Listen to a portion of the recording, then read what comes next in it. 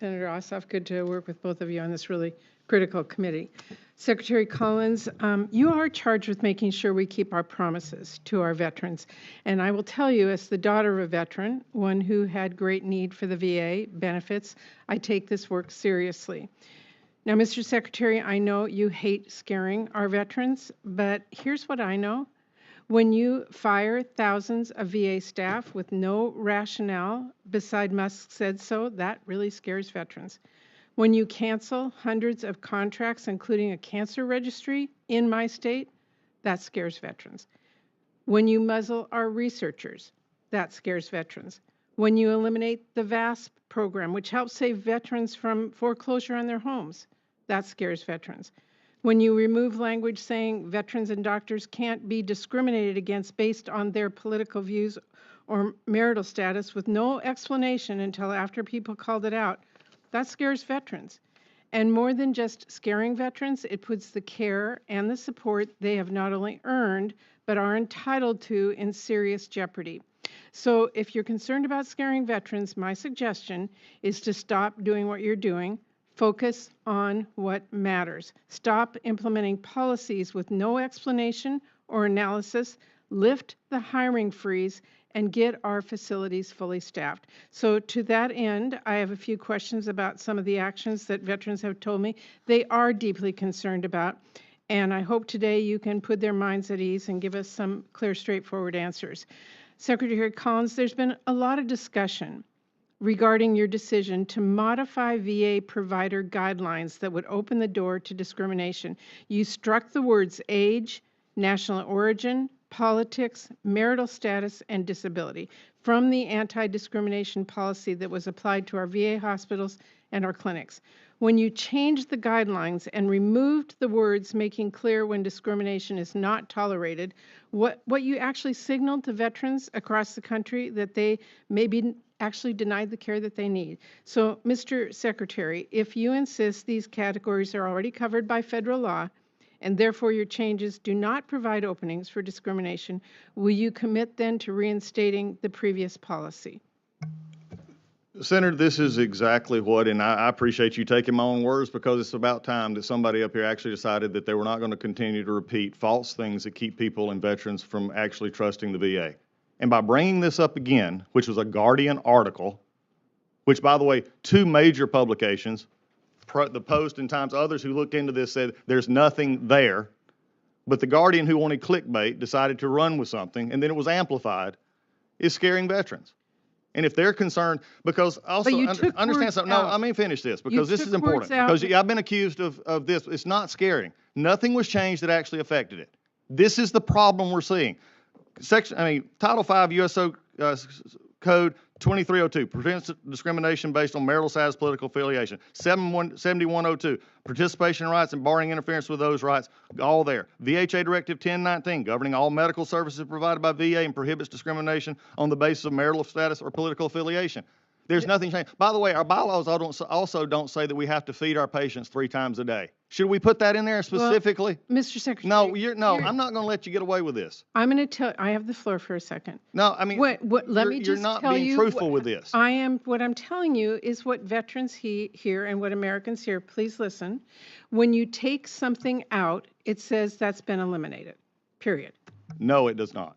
Well, only when you have a cheap magazine like the Guardian who wants to put it out there and put it in a position and then have actually people of your stature and others who amplified it. How can it be that something that doesn't change anything, that fact checkers have already said doesn't change anything? Okay, your position is it doesn't change anything. It doesn't. I hear you. There is no position. It is the fact. Well, do you think it's possible to be eligible for care and still be discriminated against when you try to access health care? No one is discriminated against at the VA, and by simply repeating that could keep somebody from getting the critical mental health care that they need, and that would be on you and anybody else that wants to repeat it. Well, Mr. Secretary, in fact, many of us have heard from women veterans. Then did you help correct them?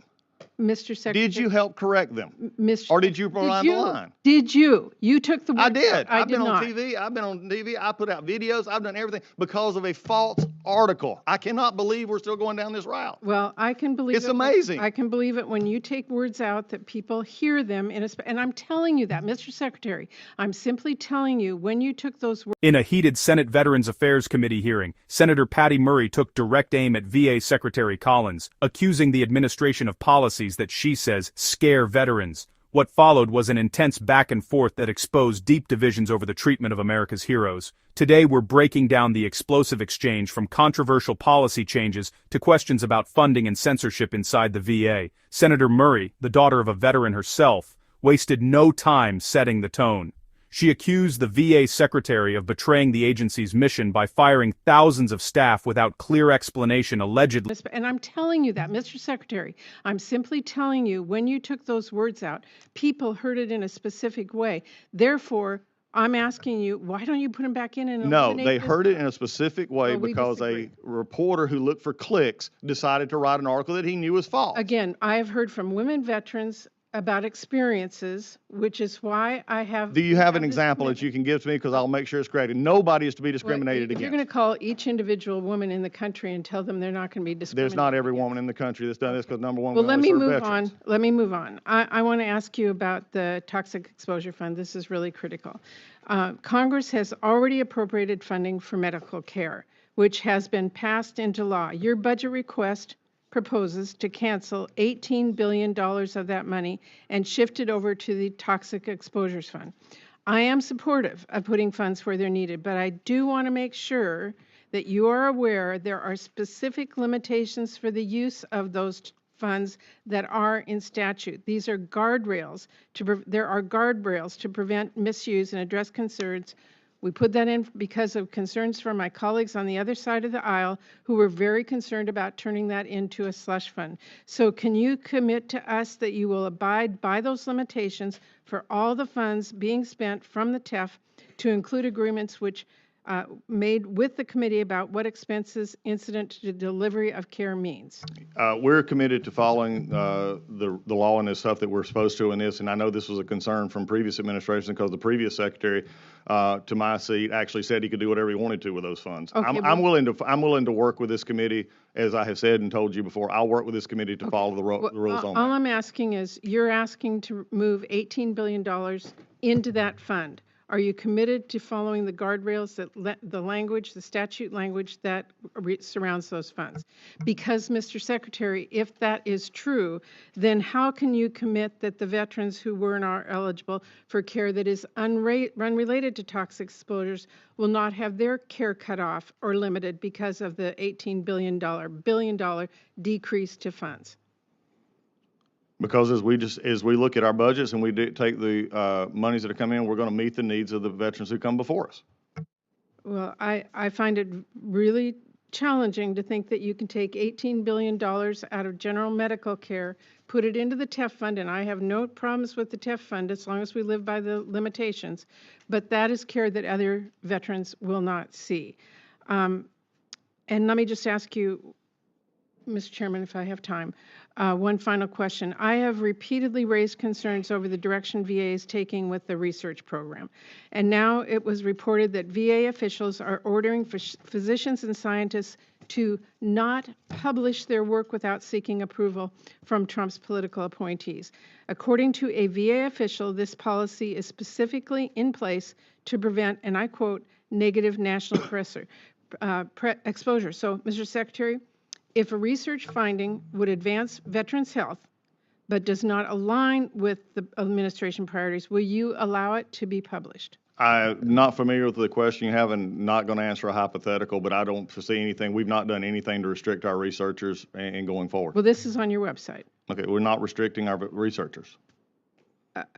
If you I mean, I don't know. Discrimination fears to funding battles and research transparency. This exchange underscores a fundamental question: who is truly safeguarding the promises made to America's veterans? As investigations continue, lawmakers and the public alike will be watching how Secretary Collins' department responds. America's veterans deserve answers and respect. Stay tuned for more political breakdowns and in-depth coverage. Don't forget to like, share, and subscribe for updates from the voice of the